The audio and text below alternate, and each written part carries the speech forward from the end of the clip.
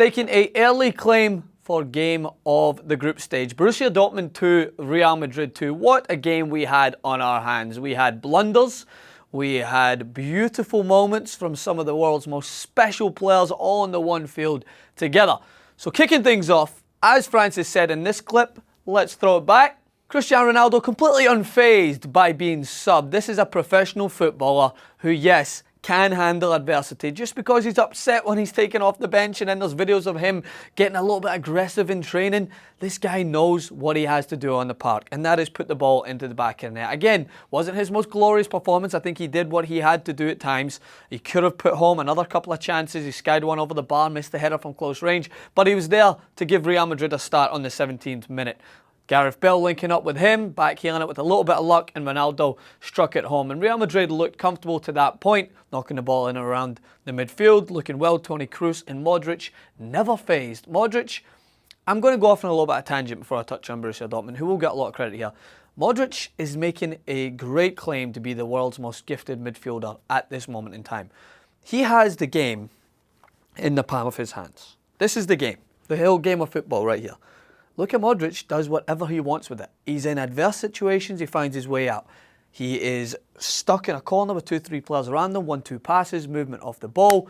So gifted, and alongside Toni Kroos, they complement each other well.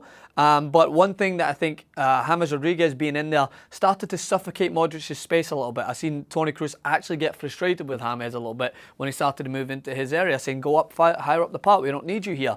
And I think when they changed after, I think it was 1-1, and they brought on Kovacevic, who moved into that position, where Rodriguez was, he started to give a little bit more tenacity and a little bit more depth higher up the park. So, switching over to Borussia Dortmund, they managed to level with Aubameyang capitalising on an absolute blunder from Navas. A rare blunder, as you see, from one of the world's most talented goalkeepers. The ball may have moved from a free kick. He basically palmed it into the hands of Aubameyang, who put it into the back of the net. Now, if you're ever to make a mistake in football, one of the hardest things to do is to bounce back and get your head straight.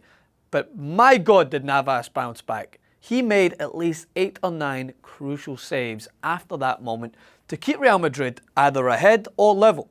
So if you were ever to stake a claim for a goalkeeper making sure that he makes up for that error, that was an example. So Dortmund started to grow in confidence. Andreas Schürrle comes on, Christian Pulisic comes on, Emre Mor plays there. He's got this very sturdy, low centre of gravity, the number 9 for Dortmund, and he is talented on the ball. They have great depth. There's a reason why they're one of the most exciting teams to watch in Europe at the moment, banging in goals relentlessly. There are some question marks at the back against a team like Real Madrid.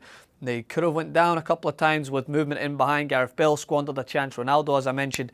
But going forward, there's not a lot of teams like them. They move so much so. A lot of movement off the ball. They pull it wide. They have runners streaming through the middle. They have the fullbacks joining up. They have talented players that are able to withhold possession and also bring in players around them.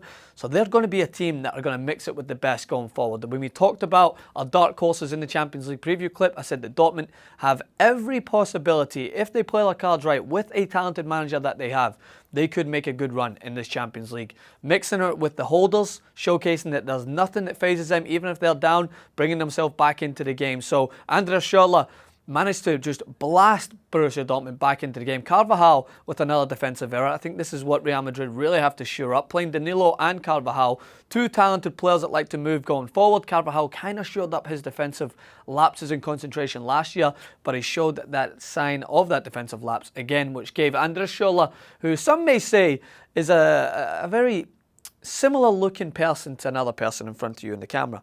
I would say that could perhaps be the truth, but I'm a better looking version of him. But he's got a sweeter left foot than I ever had, and he banged it into the top corner. Then Dortmund were unlucky not to come back and win the game 3-2. Several chances in and around the box. Pulisic proven, yes, I will reinstate this whole point I was making.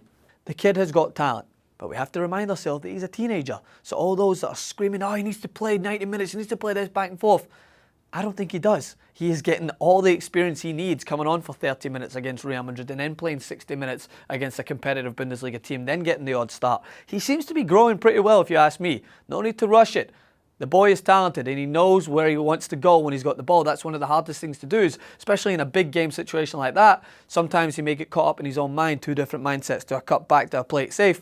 He was not even wondering about that. He was taking on Danilo whenever he could, cutting inside, utilising his passing ability and his vision. And he's going to be one to look out for in the future. So credit to him.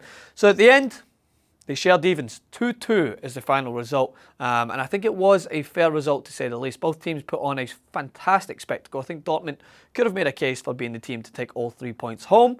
Nonetheless, I'm excited to see when both of these teams face up against each other in the near future. As for other positives rounding out the first day of week 2 in the Champions League, it seems like there is a British effect going on today. Leicester City winning 1-0 and Tottenham winning 1-0. Can that carry over into tomorrow's games? Well, one of the British teams are going to have to either suffer unless we share evens as Celtic play Manchester City. Come on, Celtic.